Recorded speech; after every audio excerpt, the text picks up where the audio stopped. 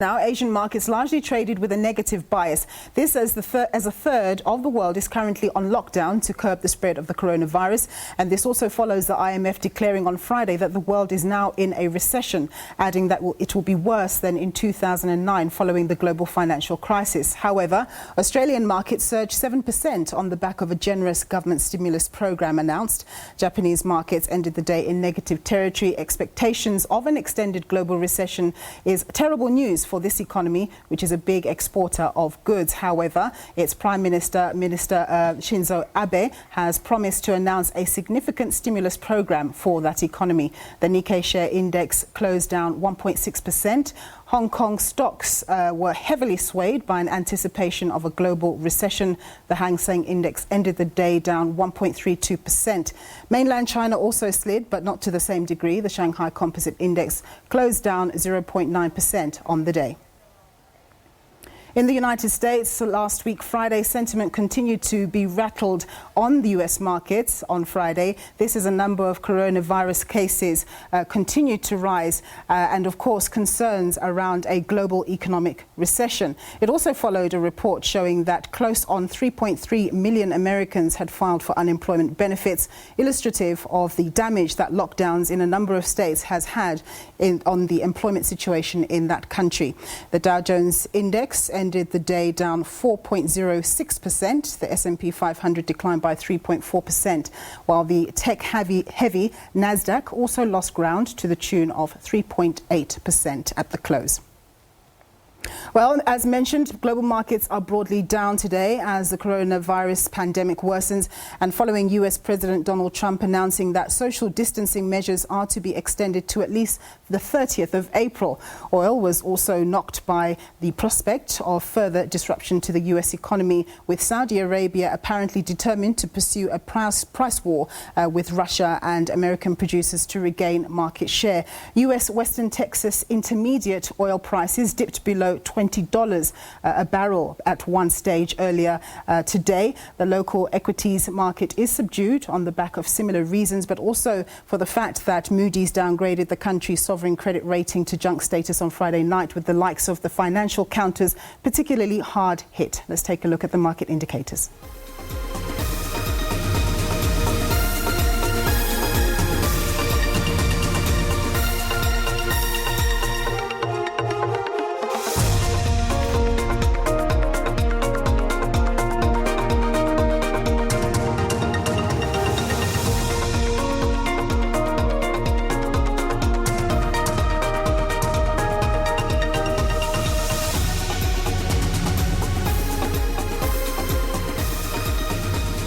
Well, to give us his take on what's happening on the market, I'm joined via the phone by Gary Boyson. He's a portfolio manager at Rand Swiss. Thanks very much for joining us, Gary. So the rate of the spread of the coronavirus, particularly in countries like the United States, continues obviously to create massive jitters on the market.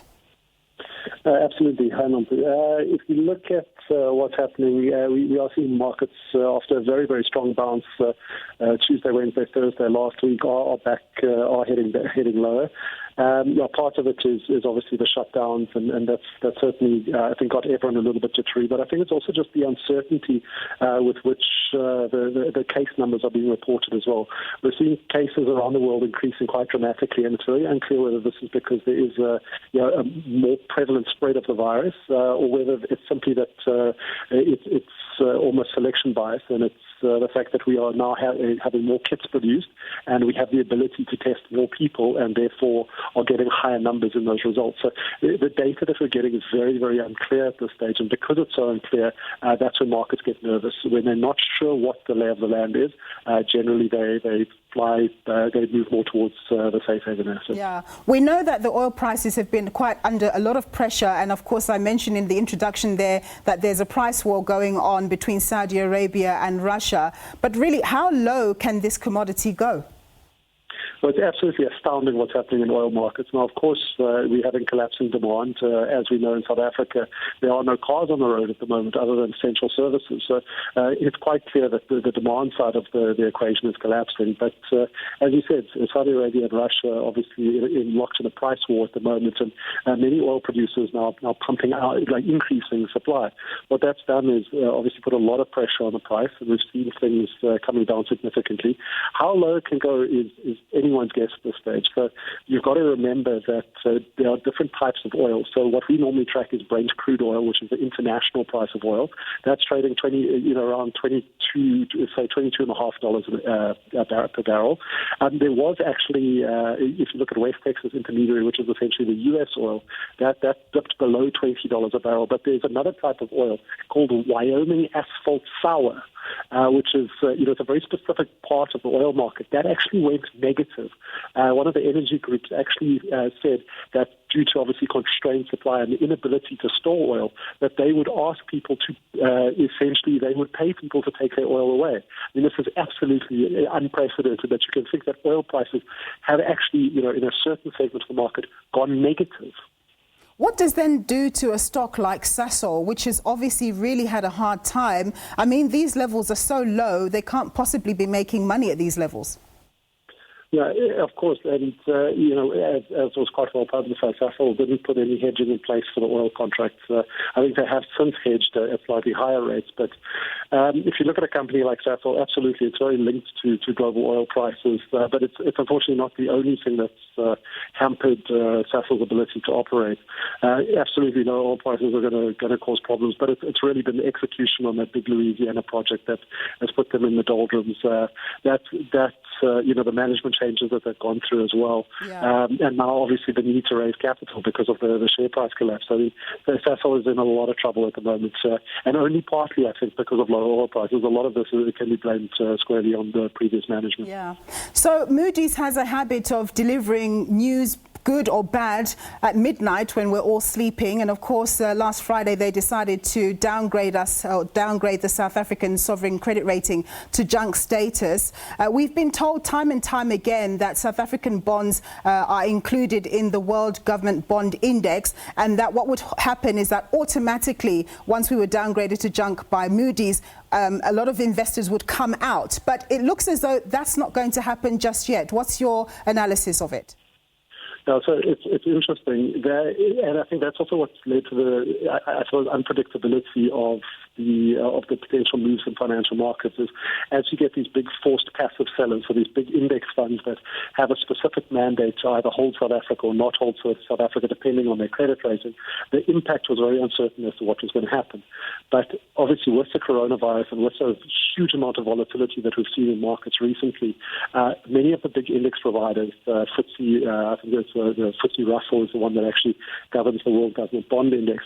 They've opted to delay the reweighting of the indexes until the end of April and potentially longer because of the volatility in markets. This means that that forced selling that we were expecting towards the end of this month has actually been delayed by 1 month because the investors who have mandates that say you cannot hold South African bonds in your fund anymore will essentially have 1 month's worth of reprieve. Because of that, we are seeing the rand, I think, faring a little better than many people expected. We did hit about 18 rand to the dollar this morning. Now that is still going to be that is still the worst basically rand-dollar exchange rate we've seen in history, but it has strengthened somewhat since then. So we're back to about 17.80, and I think that was an initial knee-jerk reaction, low liquidity markets. One of the reasons that Moodys dropped that announcement while we were all sleeping, it's because it's after the currency markets close for the weekend. It gives everyone time to assess what's happening. It gives them time to almost start to absorb and digest the information and not make those kind of knee-jerk reactions. Obviously, the currency markets do open also while we're sleeping, very early hours of Monday morning. Now, we did see that spike out in the low liquidity period, but as the majority of market participants have come back to the market, we've seen a semblance of normality returning certainly to our currency market. So it will be interesting to see where the rand trades over the next week as traders try to price in what will happen when we drop out of the World Government Bond Index. Yes. But at this stage, I think the damage has been limited just because of that delay in the change of the weightings of the indices. Okay, super. Thanks very much, Gary, for your time and your insights. That was Gary Boyson. He's a portfolio manager at Rand Swiss. We're going to go for a quick break. More news for you thereafter.